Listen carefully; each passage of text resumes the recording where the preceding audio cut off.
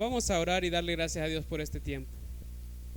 Padre, te damos gracias, gracias porque tú eres bueno, porque para siempre es tu misericordia, Señor, porque es por tu fidelidad que nosotros estamos aquí reunidos hoy, Señor. No porque lo merezcamos, es por tu gracia. Y queremos rogarte, Señor, que por esa misma gracia que hemos encontrado, Señor, que tú tienes para nosotros, tú nos concedas, Señor, que tu Espíritu Santo edifique nuestra vida y que podamos estudiar tu palabra con gozo y aprender de ti, Señor. Oramos en el nombre de Cristo Jesús. Amén. Bueno, hemos estado estudiando, este es el último día de que vamos a tener en nuestra serie de estudios del libro de Judas, y ha sido un muy buen tiempo donde nosotros hemos podido aprender mucho sobre esta realidad que hay en la iglesia, que hay en nuestra sociedad, que ha habido desde que la iglesia existe, de que hay una influencia poderosa de parte de Satanás que quiere hacer que la iglesia pierda su rumbo. Hay una anhelo, digámoslo así, en Satanás, de que si nosotros nos congregamos y tenemos el anhelo de buscar a Dios, no lo hagamos de la manera correcta y que vivamos vidas tristes, vidas que no se van a caracterizar por la victoria, por una vida gozosa, por una vida llena del Espíritu Santo, sino que se van a caracterizar por conflictos, por problemas, por desalientos, por temores y por muchas cosas que no están dentro del plan de Dios, que eso sucede en nuestras vidas. El libro de Juan, capítulo 10, versículo 10 dice que Jesús vino para darnos vida y para darnos vida en abundancia. O sea, el propósito de Dios es que disfrutemos una vida abundante, ¿verdad? No una vida de tristeza. Y con eso no estamos hablando de bienes materiales, sino estamos hablando de una vida de gozo, de paz, de alegría, de comunión, de compartir una vida llena, una vida que realmente se disfruta aquí en la tierra. Pero a raíz de que han entrado malas enseñanzas en la iglesia, desde los tiempos de los apóstoles ha ocurrido eso. Entonces se le ha enseñado a muchas personas que la vida, por ejemplo, cuando se habla de la vida abundante que prometió Dios, en muchas ocasiones se ha confundido con vida abundante, pero en bienes, en posesiones. Entonces se ha impulsado el predicar sobre posesiones, sobre bienes. Y cuando una persona no logra tener todo aquello que según le han enseñado que va a traerle felicidad, entonces encuentra desaliento, encuentra descontento y empieza a dudar si realmente la palabra de Dios es cierta, en el sentido de que Dios quiere algo bueno para nosotros. Por eso es necesario que nosotros podamos estudiar un libro como este, un libro como Judas, que solo tiene un capítulo, o por decirlo mejor, solo tiene 25 versículos, y eso es todo el libro. Si ustedes empiezan a leerlo de principio a fin, solo les toma 5 minutos hacer una lectura completa del libro. Entonces nosotros podríamos decir, wow, 5 minutos, ¿qué puede enseñarnos Dios en 5 minutos de lectura? Pero nosotros hemos estado aquí y este es, creo, el quinto domingo de estudio del libro de Judas, y creo que no hemos ido tan profundo tampoco en la palabra. Pudiéramos estarnos un poco más de tiempo, pero por razones de que lo que queremos es que la palabra de Dios la podamos aplicar a nuestras vidas, hemos ido a la medida de lo que nosotros podemos recibir. Entonces vamos a ver el último parrafito, los últimos 2 versículos del libro, si me acompañan a leerlo, y vamos a aprender un poco hoy también de la palabra de Dios. Dice el libro de Judas, versículos 24 y 25, dice: y aquel que es poderoso para guardaros sin caída y presentaros sin mancha delante de su gloria con gran alegría, al único y sabio Dios nuestro Salvador, sea gloria y majestad, imperio y potencia, ahora y por todos los siglos. Amén. O sea, en este libro termina haciendo una exaltación grande a Dios, pero también termina con la idea de la protección de Dios para nuestras vidas. El versículo 1 de este libro comenzaba exactamente con la misma idea, señalando que aquel siervo de Jesucristo, que era medio hermano de él, hermano de Jacobo, dice que que está escribiendo a los llamados, santificados en Dios Padre y guardados en Jesucristo. Entonces, si el propósito de la carta es específicamente prepararnos a nosotros para contender ardientemente por la fe, quiero decirles que Dios tenía primeramente la intención de que nosotros tuviéramos algo claro en nuestra mente. ¿Quiénes somos nosotros en Cristo? ¿Qué hemos logrado llegar a ser cuando nosotros venimos a conocer a Cristo Jesús? Y el versículo 1 nos enmarca en lo que nosotros somos. Somos llamados y santificados en Dios. O sea, es la idea de que Dios hizo una obra en nosotros y nos apartó para Él. Entonces, desde que el momento en que Cristo nos conquistó, nos adquirió, pagó por precio por nosotros, y nosotros aceptamos sus condiciones y nos entregamos a Él, entonces venimos a ser una posesión especial de Dios, algo para lo cual Dios tiene un propósito especial, pero dice que somos guardados en Cristo Jesús, ¿verdad? ¿Qué quiere decir eso? Que así como Dios nos ha escogido, si permanecer en Dios estuviera en nuestras manos, ninguno de los que está aquí permanecería en Dios hasta este momento, porque por nuestros deseos, por nuestra naturaleza, lo que nosotros anhelamos no es estar con Dios, lo que nosotros anhelamos es ir en contra de Dios. Todos nosotros seríamos felices si pudiéramos darle rienda suelta a nuestros deseos y pasiones, y que aún así todo nos salga bien, y que aún así tuviéramos éxito en todo lo que nosotros queremos. Ese es el corazón natural humano. Entonces, como nosotros no somos capaces de permanecer en Dios, y con tanto poder, tanta influencia que hay, que está penetrando en la iglesia, que está queriendo corromper la iglesia, que está queriendo dañarnos, que está queriendo apartarnos del camino verdadero, entonces Dios, al terminar este libro en la carta de Judas, señala algunas características importantes que nosotros tenemos que conocer y entender de Dios. Se lo voy a decir así: si vamos a contender ardientemente por la fe, entonces necesitamos aplicar a nuestra vida lo que estos dos versículos finales dicen. Entonces, ¿cómo vamos a? Dice el título en el boletín, ustedes tienen ahí, en el título dice: combatamos la apostasía alabando a nuestro Dios. Una de las herramientas más poderosas que nosotros vamos a tener es centrarnos en Dios y alabarle a Él. ¿Por qué? Porque la apostasía se va a centrar en exaltar a la persona, pero la fe verdadera se centra en adorar y alabar al único que merece y es digno de recibir la gloria y el poder y la majestad y el imperio, como dice aquí Judas, por los siglos de los siglos. Amén, ¿verdad? Vamos a combatir la apostasía cuando nuestro corazón verdaderamente esté centrado en darle alabanzas a Dios. Cuando nuestro corazón esté centrado en Dios y no en nosotros, en ese momento nosotros estamos listos para combatir la apostasía. ¿Por qué? Porque la apostasía se vale del hecho de que en nuestro corazón todavía tenemos anhelos que quisiéramos cumplir. Entonces hay personas astutas que nos van a hablar aquello que nosotros queremos escuchar y nos van a empezar a desviar por eso, ¿verdad? Porque nos van a ofrecer lo que nuestro corazón quiere. Entonces es fácil desviar a una persona que se le ofrezca lo que quiere, ¿verdad? Es como convencer a un niño pequeño de que haga algo cuando se le ofrece un dulce. ¿Qué es lo que anhela ese niño? Ese dulce, ¿verdad? Y si por obtener ese dulce le toca que hacer alguna picardía o hacer algo, el niño lo va a hacer porque quiere el dulce. Entonces los maestros de la apostasía se van a valer de eso. Ellos saben que el corazón humano desea tales cosas, se las van a ofrecer, y como nosotros queremos esas cosas, es muy fácil que vamos en pos de ellos. Entonces, ¿qué herramientas nos deja Dios a nosotros para protegernos y para combatir contra la apostasía? Es dejar de pensar en nosotros y empezar a pensar y a vivir para alabar a nuestro Dios. Entonces dice el versículo 24, dice, miren que va a señalar dos características importantes de Dios que nosotros tenemos que guardarla en nuestros corazones. Dice: y aquel que es poderoso para guardaros sin caída y presentaros sin mancha de su gloria con gran alegría. Entonces, algo que nosotros tenemos que tener en nuestra mente para poder luchar es: recuerde que el estar firme no depende de nuestra capacidad.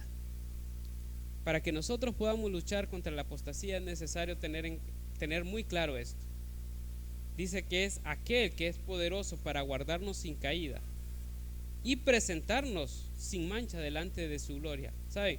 El permanecer sin caída, el guardarnos de no caer, no está en nuestras manos. Es Dios el que se encarga de guardar a nuestra vida para que nosotros no caigamos en la apostasía. Es como Dios manifiesta, digamos así, su paternidad para con nosotros. Dios, siendo un buen padre, se va a encargar que sus hijos no se desvíen del camino que deben de andar. Si en algún momento nosotros empezamos a desviarnos del camino que tenemos que andar, entonces Dios, como un padre amoroso y como un padre responsable, va a actuar de tal manera que nos va a llamar la atención y nos va a traer nuevamente al camino correcto. Y si nosotros no atendemos el llamado de Dios y si nosotros no actuamos de la manera correcta, entonces Dios va a ir endureciendo su mano, en el sentido de que va a haber cada día un llamado de atención más fuerte, y si es necesario va a venir la disciplina de Dios a nuestra vida, pero nosotros no nos vamos a escapar de las manos de Dios. Nosotros vamos a estar guardados por Dios, porque Dios es poderoso para guardar nuestra vida sin caída. Y saben, y no solo para guardarnos, dice también que Él nos va a presentar sin mancha delante de su gloria con gran alegría. Un punto importante para nosotros, para contender por la fe, es estar enfocado en el gozo que va a haber en nosotros cuando nos presentemos delante de Él, y cuando en su presencia nosotros recibamos la recompensa de haber rechazado lo que el mundo nos ofrece en este tiempo. A todos nosotros el mundo nos ofrece muchas cosas, y muchas de las cosas que el mundo nos ofrece nosotros las anhelamos, las queremos, las deseamos. Quisiéramos tener todas esas cosas, pero sabemos que el precio que hay que pagar para tener todas esas cosas es darle la espalda a Dios, negar la fe y caminar en contra de la fe que nos ha sido dada. Y de esa manera podemos obtener muchas de las cosas que el mundo nos ofrece. Y nosotros sabemos, como creyentes, como hijos de Dios, que nuestra alegría completa, nuestra alegría final, el gozo que nosotros anhelamos, no quiere decir que no vivamos con gozo aquí en la tierra, pero estamos anhelando un gozo supremo, una alegría suprema, algo que va a ser inquebrantable, algo que no lo vamos a perder nunca. Como creyentes nosotros sabemos que ese gozo no lo vamos a tener aquí en la tierra. Ese gozo nosotros lo vamos a tener cuando por fin estemos en la presencia de nuestro Señor Jesucristo, cuando seamos recibidos por Él, cuando Él quite de nuestro cuerpo el pecado y nos presente delante de Él, como dice este pasaje, sin mancha. Ya cuando la culpa de nuestro pecado haya sido lavada totalmente y cuando nuestra naturaleza pecaminosa haya sido exterminada totalmente de nosotros, cuando ya nuestro cuerpo no va a anhelar nada más que glorificar a nuestro Dios. Quisiera que me acompañaran a leer un versículo en Mateo 25, versículo 21. Mientras estamos en la tierra, mientras estamos siendo puestos a prueba, mientras tengamos que combatir contra la apostasía, necesitamos tener en mente algo. Va a haber un momento donde Dios va a premiar nuestra fidelidad. Capítulo 25, versículo 21. Esta es una porción de una parábola que seguramente ustedes conocen muy bien, que se llama la parábola de los talentos. Y es una parábola donde se señala cómo Dios le encargó ciertos talentos a ciertas personas para que los administraran en la tierra, sabiendo ellos que en algún momento este señor iba a venir a pedir cuentas. Y llegó el momento donde se piden cuentas, y dice el versículo 21, dice, vamos a leer el versículo 20. Y llegando el que había recibido 5 talentos, trajo otros 5 talentos, diciendo, Señor, 5 talentos me entregaste, aquí tienes, he ganado otros 5 talentos sobre ellos. Y su señor le dijo, bien, buen siervo y fiel, sobre poco has sido fiel, sobre mucho te pondré, entra en el gozo de tu Señor. Saben, a mí hay una de las cosas que quebranta mi corazón, una de las cosas que me hace que me hace sentir tan alegre es pensar cómo va a ser aquel momento donde yo me presente delante de Dios. Y cuando Cristo Jesús, al presentarme delante de Él, abra sus brazos y me haga un llamado, y cuando Él me diga: buen siervo, has sido fiel en lo poco, y entra el gozo de tu Señor, yo te pondré en lo mucho. Y cuando solo de pensar en ese momento, cuando Dios va a recompensar nuestra fidelidad aquí en la tierra, saben, eso para mí es de mucho gozo. Eso a mí me hace decirle no a muchas de las cosas que el mundo me ofrece.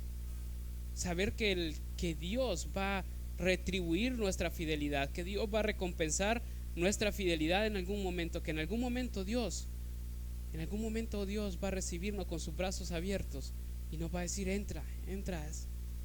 Como que nos diga: ya el sufrimiento ya pasó, ya la prueba acabó. De aquí en adelante lo que vamos a recibir y lo que nos espera es el gozo de nuestro Señor. Y cuando nosotros escuchamos delante de Dios esas palabras que digan: entra, buen siervo, has sido fiel, y se reconozca nuestra labor delante de Él, cuánto gozo va a haber en nosotros. Saben, ninguna cosa de la que el mundo nos ofrezca en este tiempo no se va a comparar en ninguna manera aquel gozo que nosotros vamos a tener cuando Dios nos llame a su presencia. Así que si nosotros queremos estar listos y preparados y firmes en contra de la apostasía, cuando venga alguien a ofrecernos el mundo, sus beneficios, y a ofrecernos que si no somos tan leales, que si decidimos no tomar en cuenta ciertos principios de la palabra de Dios, cuando alguien venga y nos diga: siempre va a vivir de acuerdo a la palabra de Dios, pero no vamos a tomar en cuenta este pasaje y eso no le vamos a tomar en cuenta porque están pasados de moda, porque ya no aplican. Entonces usted va a vivir una vida gozosa si con solo no rechazar a aplicar ciertos pasajes de la Biblia. Usted puede aplicar toda la Biblia, pero no aplique ciertos aspectos de ella. Saben, cuando venga a nuestro corazón el querer desviarnos por el gozo que vamos a tener si seguimos ese tipo de enseñanzas, yo les digo algo: recuerde que hay un gozo más grande. Recuerde que cuando esté delante de Dios se va a premiar su fidelidad, y en ese momento Dios le va a decir: entra al gozo de su Señor. Venga ahora a disfrutar plenamente de todas las bendiciones que están preparadas para usted. Entonces, para mantenernos firmes, recordemos siempre: hay un gozo más grande. En el libro de Judas le dice, cuando habla de eso, dice: y para presentarnos sin mancha delante de Él con gran alegría, ¿verdad?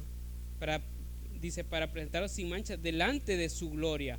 Imagínense cómo señala ese momento donde vamos a estar delante de Él. Lo señala como glorioso, como algo que vamos a presenciar la gloria de Dios, y en ese momento ¿cómo vamos a estar?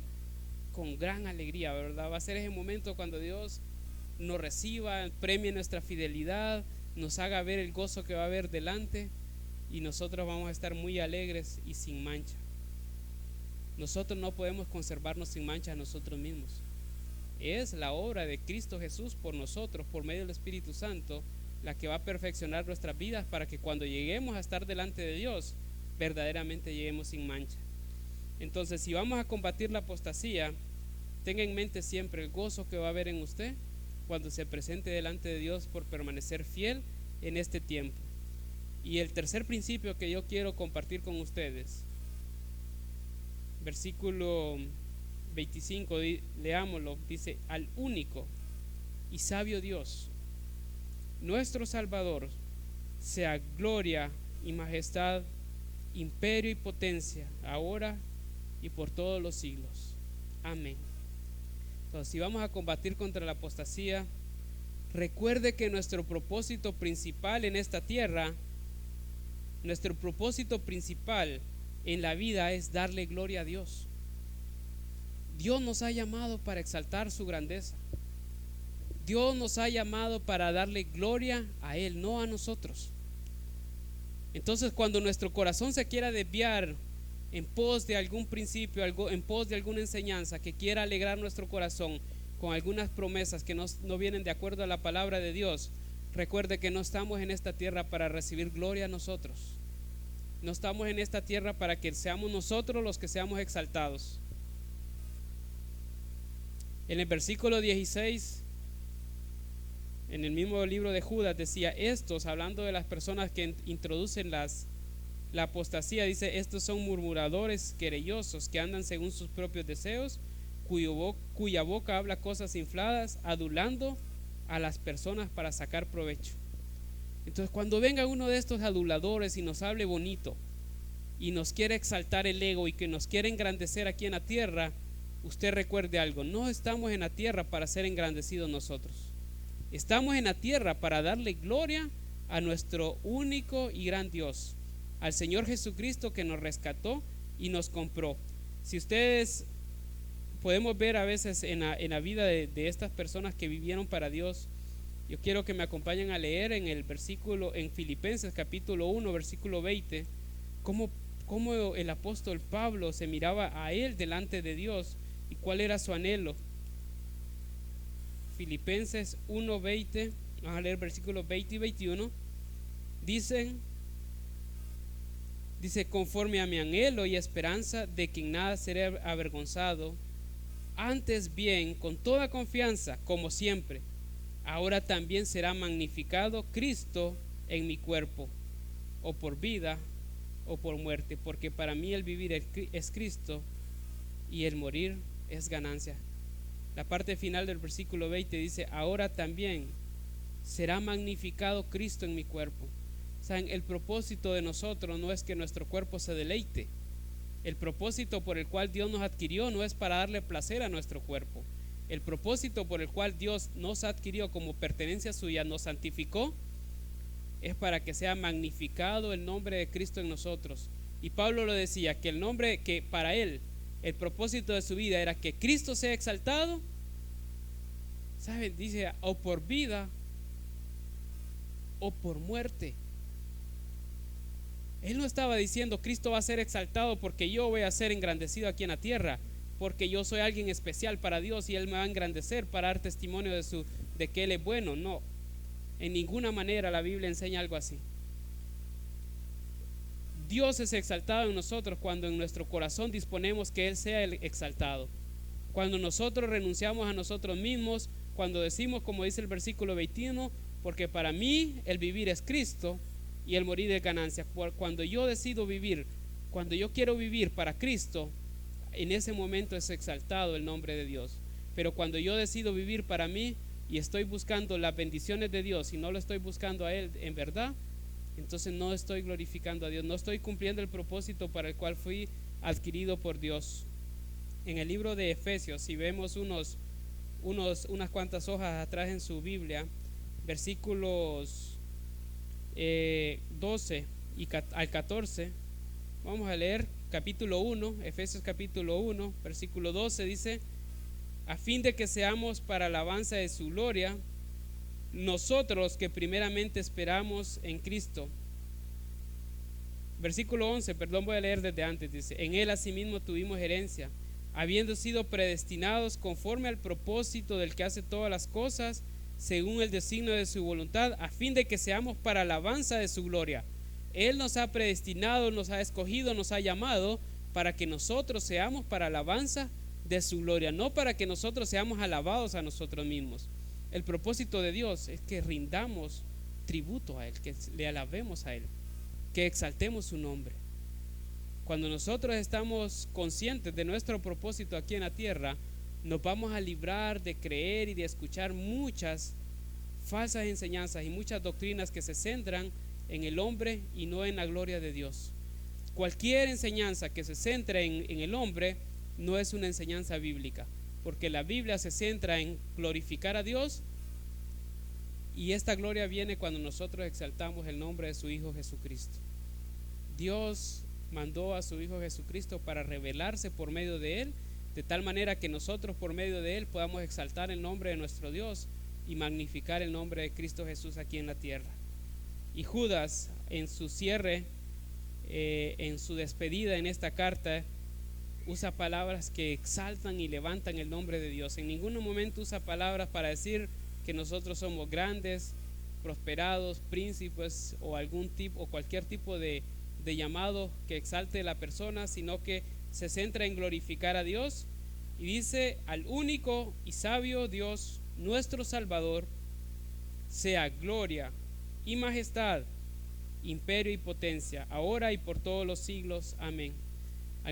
Otras versiones en la parte final dice: sean estas cosas que señala Judas, dice, desde los tiempos pasados, en el tiempo presente y por toda la eternidad, sea la gloria, el imperio, el poder y la majestad para nuestro Dios. Y si hiciéramos un estudio detallado de estas palabras, entenderíamos un poco nosotros cuál es el anhelo del corazón de un siervo de Dios para con aquel que ha comprado su vida con precio de sangre. Cuando hablamos de gloria es un honor resultante de una buena opinión. Es la idea de que tenemos en tan alto concepto a Dios, le hemos dado una posición tan alta en nuestras vidas, que eso resulta en gloria para Él. Cuando hablamos de majestad, estamos hablando de reconocer su grandeza. El anhelo de un siervo de Dios es reconocer la grandeza de Dios, vivir cada uno de sus días reconociendo que Dios es grande, reconociendo que Dios es bueno, reconociendo su poder. La palabra que traducen aquí como imperio es una palabra que tiene un significado de manifestar el poder, de que Dios ha manifestado su poder y nosotros lo hemos reconocido. Primeramente reconocemos el poder de Dios cuando nos damos cuenta de los pecadores que nosotros somos y cómo Dios puede levantar a un pecador y presentarlo delante de Él sin mancha. Cómo Dios puede darle vida a un muerto, como ha sucedido conmigo y como ha sucedido con todas aquellas personas que verdaderamente han entregado su vida a Cristo Jesús. Ese es el imperio, ese es el poder de Dios manifiesto. Y la potencia es reconocer aquella potestad de Dios de actuar según como a Él le plazca, sin darle cuentas absolutamente a nadie. Es exaltar la soberanía de Dios y es reconocer que nuestro Dios no tiene límites y que nuestro Dios no hay nadie que le pueda ordenar a hacer algo y no hay nadie que le pueda limitar a hacer lo que Él quiere. Por eso nosotros entendemos que cuando una persona quiere hablar de una forma presuntuosa delante de Dios, en el sentido de que pareciera que le está ordenando a Dios que actúe de tal manera, eso es algo terrible, porque no exalta la majestad de Dios, la potencia de Dios, aquella virtud y cualidad en Él que Él nadie le puede decir cómo actuar y que a Él nadie le puede limitar en cuanto a su actuar. Dios es soberano y Él actúa conforme al propósito suyo, conforme a su voluntad, conforme a sus planes, y nadie puede cambiar la forma de actuar de Dios. Él es soberano. Y si nosotros tenemos eso en nuestra mente, nosotros vamos a poder luchar y vamos a poder contender por la fe y vamos a estar firmes, y ninguna falsa enseñanza, ninguna mala doctrina vamos a permitir que entre en nuestros oídos, porque el propósito de nuestra vida va a ser glorificar a Dios y no glorificarnos a nosotros mismos. Pero quiero decirles algo, esto solo va a ocurrir, esto solo va a ser cierto en su vida cuando nosotros verdaderamente hayamos entregado nuestra vida a Cristo Jesús, y cuando, así como lo hacía Judas, que era medio hermano de Jesús, solo cuando nosotros nos veamos como esclavos verdaderos de Jesús, cuando ya hemos reconocido que Cristo es el Señor de nuestras vidas y que nosotros ya no vivimos para nosotros, sino que vivimos para Dios. Y saben, ustedes podrán decir: eso ya lo hice, eso ya es cierto en mi vida. Pero no son sus palabras las que demuestran eso, son sus acciones. Si sus acciones no demuestran que esto es cierto, entonces es falso. La Biblia dice: por sus frutos se conoce el árbol, y no es buen fruto el que da, no es buen árbol el que da malos frutos, ni mal árbol el que dé frutos. Por sus frutos os conoceréis. Y yo quisiera decirles algo: cada uno de nosotros puede examinar su propia vida, y cada uno de nosotros puede observar qué tipo de frutos está dando nuestra vida. Si nuestra vida está dando frutos de desobediencia a Dios, es que eso es lo que sale de nuestro corazón, y eso va a ser lo real en nuestro corazón. Pero si nuestra vida está dando frutos de obediencia a Dios, entonces sepamos y tengamos la certeza de que Dios ha hecho una obra en nosotros. Y les digo esto no para asustarlos ni para que se sientan condenados. Les digo esto para que si ustedes observan que en su vida no están produciéndose los frutos que Dios anhela, el fruto del Espíritu Santo en nosotros, el fruto de obediencia, entonces tomemos un momento para platicar. Podemos tomar un momento para hablar y poder, yo con mucho gusto quisiera escucharles cómo está su vida, y si vemos que en realidad no se manifiesta la obra de Dios en ustedes, es mi deseo poder compartir con ustedes de manera personal las Escrituras, de tal manera que podamos guiarle a una relación genuina con nuestro Señor Jesucristo. Solo cuando tenemos una relación genuina con nuestro Señor Jesucristo es cuando nosotros podemos desear todo esto que deseaba Judas cuando se despide de nosotros en su carta. Que el nombre de Cristo sea magnificado, sea exaltado con gloria, majestad, imperio y potencia por todos los siglos de los siglos. Así que si en algún momento usted quiere hablar un poquito más personal y profundizar un poco más en esto que nos está enseñando Judas, con mucho gusto, podemos tomar un tiempo al final de la reunión o podemos reunirnos en algún momento de la semana y hablar sobre cómo nosotros podemos glorificar a Dios con nuestras vidas. Vamos a orar y que sea Dios quien afirme estas palabras en nuestros corazones. Padre, te damos gracias por tu amor, por la obra que has hecho, rescatándonos, Señor, de una manera vana de vivir, pagando por nuestros pecados, muriendo en una cruz, entregando tu vida por nosotros. Sabemos que es tu sangre que nos ha redimido, Señor, y por la obra de tu Hijo Jesucristo nosotros podemos presentarnos delante de ti. Señor, te rogamos que tú afirmes tu palabra en nuestros corazones, de tal manera que sea un anhelo verdadero en nosotros darte gloria todo el tiempo, Señor, vivir para darte gloria a ti, no vivir para nosotros, Señor. Que podamos hacer como lo hizo este siervo tuyo Judas, quien escribió esta carta, vivir para darte toda gloria y honra y el poder y dominio y majestad por todos los siglos de los siglos, Señor. Que eso sea una realidad en nuestras vidas. En el nombre de Cristo Jesús te lo pedimos, Señor. Amén.